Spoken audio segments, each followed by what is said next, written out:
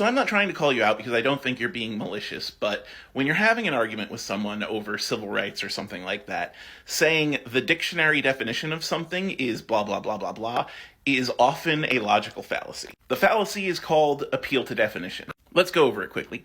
Appeal to definition is using a dictionary's limited definition of a term as evidence that the term cannot have another meaning, expanded meaning, or even conflicting meaning.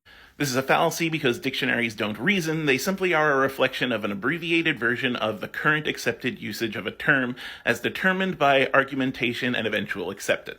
In short, dictionaries tell you what a word meant according to its authors at the time of its writing, not what it meant before that, after that, or what it should mean. Now, I'm sure that the definition of oppression that people use when they make this argument is the Oxford English Dictionary definition, which you get when you Google the word oppression. And yeah, by that definition, oppression is prolonged, cruel, or unjust treatment or control, mental pressure or distress, or the state of being in unjust treatment or control. But the problem with that, when it comes to things like civil rights discourse, is that that term is far too broad. Under that definition, if you were sent to your room for too long for not eating your peas as a kid, that counts as oppression. And that's where the kind of social danger comes in. Because imagine if someone was like, oh, I'm trans, but I'm too afraid to dress the way I want or act the way I want because I feel like it's unsafe and I may be the victim of violence and I may lose my entire support structure or even my job. And then someone says, oh yeah,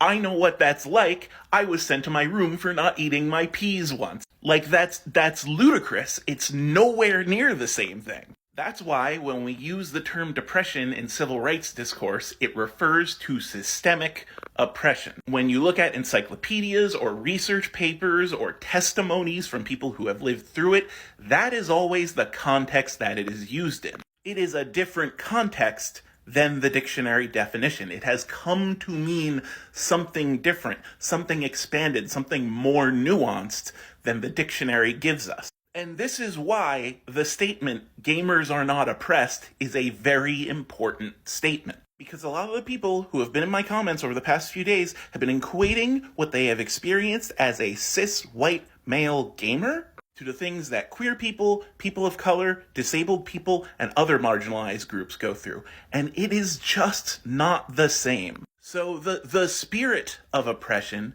is the more important term here. It's even more annoying when people bring up the Satanic Panic. Because gamers were not oppressed during the Satanic Panic, Satanists and paganists were. People with alternative religions were. Gamers were just caught in the crossfire. That's not the same as the gamer group being oppressed. Let me break this down for you. Let's say you get a pink shirt and you wear your pink shirt to school.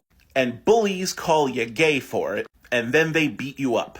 That is oppression of gay people. That is oppression of queer people. That is not oppression of people who wear pink shirts. It's just that one action had become associated with another group that was already oppressed. During the Satanic Panic, playing D&D became associated with paganists and alternative religions who were being oppressed. But again, they were the people who were being oppressed.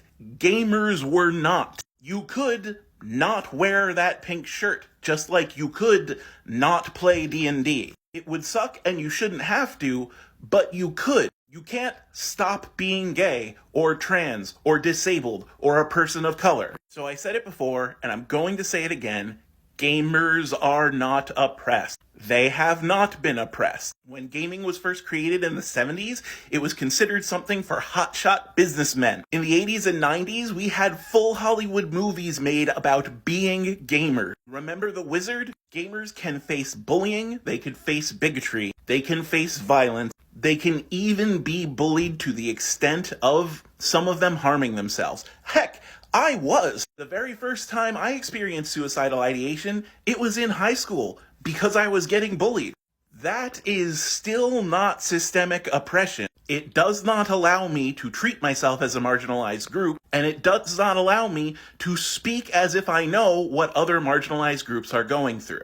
Gamers are not oppressed. And the reason why I said in my previous video, if you think gamers are oppressed or were oppressed, you should probably unpack that in therapy, is because it shows that you have a need to feel oppressed. That means you probably went through some shit and you haven't totally resolved it. And my heart goes out to you, because any sort of violence or any sort of trauma that does that to someone is not cool, but that doesn't make it oppression, and it is something that you might want to talk about with a professional.